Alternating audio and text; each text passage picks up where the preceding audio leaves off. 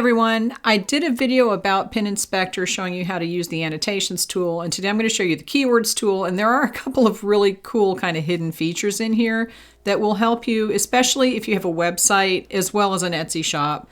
But there is a really cool feature for Etsy too, so let's get into it and I'll show you how the keywords tool works.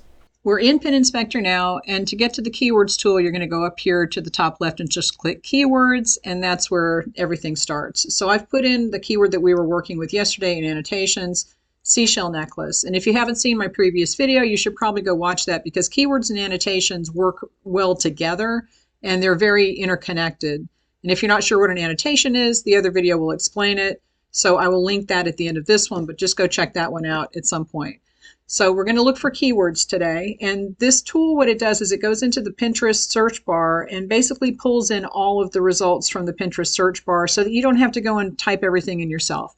So we're going to click generate, and what this is doing, it's pulling everything from the Pinterest search bar, and as you can see in the keyword column here, it says seashell necklace DIY, aesthetic, necklaces, men, and I have Pinterest pulled up here, and it is bringing things in. It's a little bit different. I have noticed that sometimes it's a little bit different, but it basically is going to pull in all of the keywords, and depending on if things are moving around on Pinterest, I think there could be like a little time lapse or something, because I know that I've done this a few times today, and it's a little bit different each time, but you can pretty much assume that these keywords are the ones that are coming from the suggested searches on Pinterest when you're doing that search.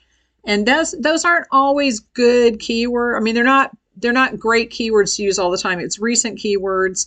It's things that people have been searching. And it could be a trendy thing that goes away tomorrow. So just use your common sense, but it's a good way to get ideas about keywords that could work for your products. The first thing you can do over here is you can sort this by rank. And I'm not going to click on this now. If you just click on this rank, it will sort it so that all the ones are first, all the twos are next. And the 1, 2, 3 is just the position that it shows up in the suggested searches. It's not like this is the best search, this is the best one.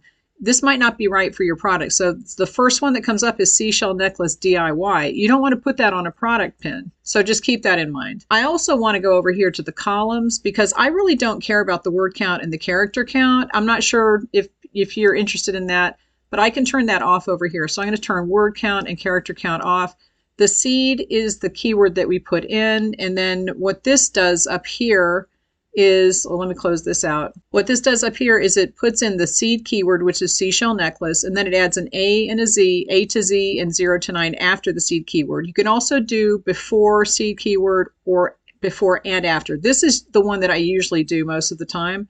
You can do double letters, so it'll be seashell AA, seashell AB, seashell AC, all the way through to ZZ, but that's a lot of keywords, and you really don't need that many. So I usually do before and after just to get an idea about that. So let's clear this. And to clear the data, you go down to the bottom right, click clear, and then click yes. And we're going to change this to before and after and see what it comes up with just as an example. See, like right here, it's putting a seashell necklace. And if you scroll down, it'll be doing seashell necklace A. So it's doing before and after, and it's bringing in the things that are coming up from the search bar on Pinterest when you do that. So if you were on Pinterest searching with seashell necklace and then you typed in A, it's bringing everything up that would come up with that. This is going to give you a lot of keywords to work with. Now this monthly searches column is something that you don't, it's not, okay, Pinterest doesn't tell engagement numbers anymore, I don't think. I don't think that that's something that they revealed to the API. So what you can do is click Get Search Volume if you want to do this. There's no reason to do this at this point. The annotations will give you an idea about how many times things are searched. But if you want to click Get Search Volume, you can go through this process. You have to take the CSV file, put it into Storybase or Google Keyword Planner, and then you do that, and then you come back and put it in here. I don't really need this right now, so I'm just going to unclick that column also just to get it out of our eyesight. And here we go. All right, so if you want to kind of reduce this, you can click on this little magnifying glass and tell it to show only the things that are less than 5. So it's going to be 1 through 4. And so now see, we only say 1, 2, 3, 4. So this is the first 4 positions in the search suggestions on Pinterest. You can do only ones, you can do only 2. And if you click on this, it will sort it. So this is now all the ones are first, all the 2s are next. So you can do it that way. So if you want to see the things that are the first suggestions, then do it that way. Or you can do, let's see, less than 2. So that's going to just show all the 1s, right? So now it's only showing the 1s, and then it ends after that. So there's a few ways to do this. I personally don't. I'm going to clear this out, and I'm going to do this again. I don't necessarily want to restrict myself because I want to take a look at all of the keywords to see if they're useful, because sometimes the first ones that come up are going to be crafting things because Pinterest is very craft heavy, and that's not going to be useful if you have an e-commerce shop. For example, seashell necklace DIY, we don't need that. If you don't want to deal with a keyword, you can highlight the cell or you can double click and just delete it. And if you highlight the cell by holding Control down, you can do more than one at a time. So we're going to do that, we're going to do that. And then right click and delete. I'm going to say delete highlighted because I haven't selected. One is selected, 2 are not, but I'm going to delete the highlighted ones. Now, one thing about this I've noticed is these stay highlighted even after you've done that. So I'm not sure how to get that out. Well, let's see. Let's click on 2. Okay. If you click over here, this won't be highlighted. You can just mess with that yourself. Another thing that you can do that's very handy, and I think I did show this in the annotations video, is if you go down here and send all keywords to the annotations tool, this will take everything that you have on the screen, and you can also select. You can do selected keywords, but if you want to send all of them, just send all to the annotations tool. This opens up the annotations tool up here and the keywords column. And then if you click search, it will show you which ones are keywords and annotations and which ones are just keywords. If you choose to use a keyword that's also an annotation, it might, and I'm not saying this is for sure, but it might help Pinterest categorize your pin a little bit faster. And it definitely will help Pinterest put it in the right category to show it to people. So you might want to kind of limit yourself to finding keywords that are also annotations. But as you can see, that's not always feasible because not all keywords are annotations. And if you limit yourself only to those, this is DIY, so that you're going to limit yourself a lot. So don't limit yourself to things that are only annotations. But if you can find keywords that are also annotations, that's a good thing. All right, I'm going to go back up here and go back to the keywords tool. Something else that you can do with this tool, which is very handy, I have to say, is you can take up to 5 keywords and send it to Google Trends. You can send them to Etsy. You can send them to Amazon. I think there's eBay. If you right click on the keyword column and go down to this search, you can see you can go to Google Trends, Google Search, Bing Search, Google Shopping. You can take these keywords and put them into all of these sites and just get an idea about what comes up. And sometimes that's helpful because you might think that a keyword means one thing, but really that site thinks it means something else. And that happens to me a lot. You can do up to 5 with this. So we're going to do seashell necklace. I'm just double clicking to select it. Let's do men's. Let's focus on seashell necklaces for men.